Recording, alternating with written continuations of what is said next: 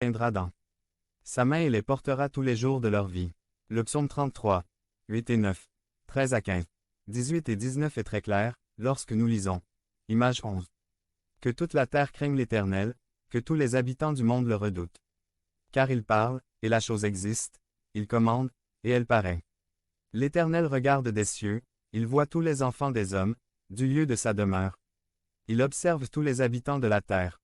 Il a formé leur cœur à tous, il prend garde à toutes leurs actions. Voici, l'œil de l'Éternel est sur ceux qui le craignent, sur ceux qui s'attendent à sa bonté, et voici sa promesse, pour délivrer leur âme de la mort, et pour les faire vivre durant la famine. C'est une promesse que vous pouvez prendre pour vous, comme beaucoup ici ce matin l'ont déjà fait, et vous savez pourquoi vous pouvez et vous devez la prendre personnellement. Parce qu'elle s'adresse à tous, que vous pensiez être en bonne santé, que vous pensiez ne pas avoir besoin de Dieu, mais aussi à ceux qui sont blessés, à tous ceux qui ne contrôlent plus leur vie, et qui souffrent d'une douleur qu'ils n'ont pas demandée. Dieu vous fait cette promesse, c'est moi qui ai créé ce monde, cet univers, les étoiles que tu vois lorsque tu lèves les yeux vers le ciel, c'est moi qui ai formé les cœurs, et je suis assez puissant pour connaître intimement toutes les circonstances de ta vie, je peux donc te promettre que quoi qu'il t'arrive durant ta vie, que la route soit difficile, que tu connaisses des moments tragiques ou insurmontables, je te tiendrai de ma main, et je te porterai à travers toutes ces épreuves, où que tu sois sur cette terre. Voilà la promesse de Dieu pour chacun d'entre nous, David une fois encore, disait, image 12. Éternel, tu m'as sondé, et tu m'as connu. Tu sais quand je m'assieds et quand je me lève, tu découvres de loin ma pensée. Tu vois quand je marche et quand je me couche, tu connais parfaitement toutes mes voies. Église biblique baptiste de Pradine. www.église-baptiste-cahors.org. Pasteur Albert Marino. Page 3 de 6. 448. Précieux aux yeux de Dieu. Même avant que la parole soit sur ma langue, voici, ô Éternel, tu la connais tout entière. Tu me tiens serré par derrière et par devant, et tu as mis ta main sur moi. Science trop merveilleuse pour moi, si élevée que je n'y puis atteindre. Où irai-je loin de ton esprit, et où fuirai-je loin de ta face? Si je monte aux cieux, tu y es, si je me couche au sépulcre, t'y voilà. Si je prends les ailes de l'aube du jour, et que j'aille habiter au bout de la mer. Là même, ta main me conduira, et ta droite me saisira. Si je dis, au moins les ténèbres me couvriront, la nuit devient lumière autour de moi. Les ténèbres même ne sont pas obscures pour toi, et la nuit resplendit comme le jour. Les ténèbres sont comme la lumière. Car c'est toi qui as formé mes reins, qui m'as façonné dans le sein de ma mère. Je te loue de ce que j'ai été fait d'une étrange et merveilleuse manière. Tes œuvres sont merveilleuses, et mon âme le sait très bien. Mes os ne t'étaient point cachés, lorsque j'étais formé dans le secret, ouvré comme un tissu. Dans les lieux bas de la terre, tes yeux m'ont vu, lorsque j'étais comme une masse informe, et sur ton livre étaient inscrits tous les jours qui m'étaient réservés, quand aucun d'eux n'existait. Que tes pensées me sont précieuses, ô Dieu, et combien le nombre en est grand. Les veux-je compter? Elles sont plus nombreuses que le sable. Suis-je réveillé? Je suis encore avec toi. Mais peut-être aimeriez-vous savoir si Dieu vous connaît vous aussi. Alors laissez-moi vous dire comment vous pouvez être certain que Dieu vous gardera en toutes circonstances. C'est en allant un peu plus loin dans le corps humain, laissez-moi vous parler d'une toute petite protéine que l'on nomme la laminine.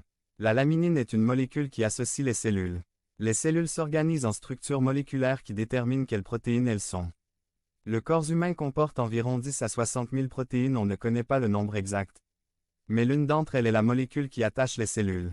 Elle s'organise dans cette structure et dit à la cellule ce qu'elle doit faire. Mais pour mieux comprendre ce qu'est la laminine, je dirais que c'est l'armature du corps humain, c'est elle qui maintient vos membranes.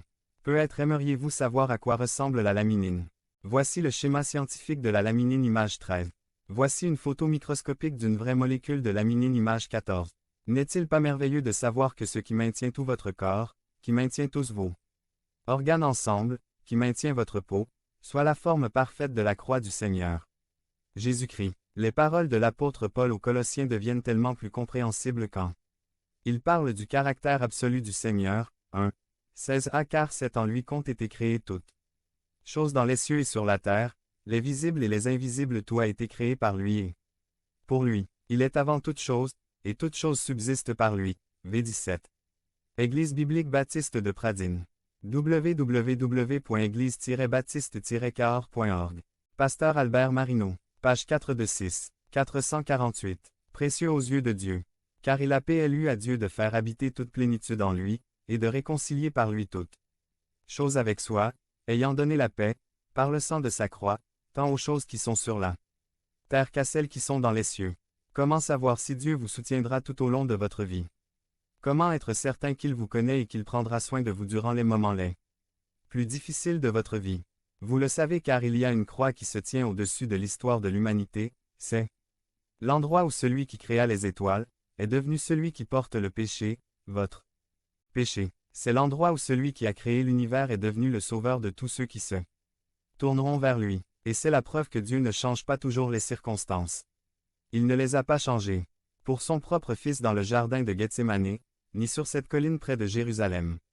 La croix est aussi la preuve que Dieu a toujours un but lors de ses épreuves, et que son but et son projet l'emporteront toujours. Je voudrais terminer avec une question, en Ésaïe 40.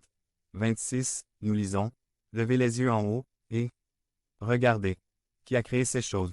C'est lui qui fait sortir en ordre leur armée, et qui les appelle toutes par leur nom, telle est la grandeur de son pouvoir et de sa force puissante, que pas une ne manque à lui obéir. » Et voici le verset 27, « Pourquoi donc, dirais-tu, Jacob, et pourquoi parlerais-tu ainsi, Israël?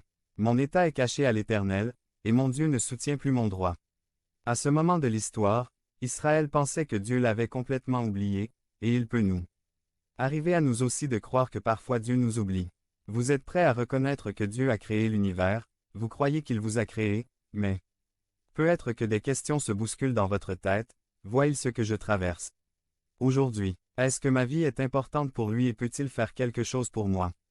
C'est peut-être ce que vous aimeriez savoir aujourd'hui.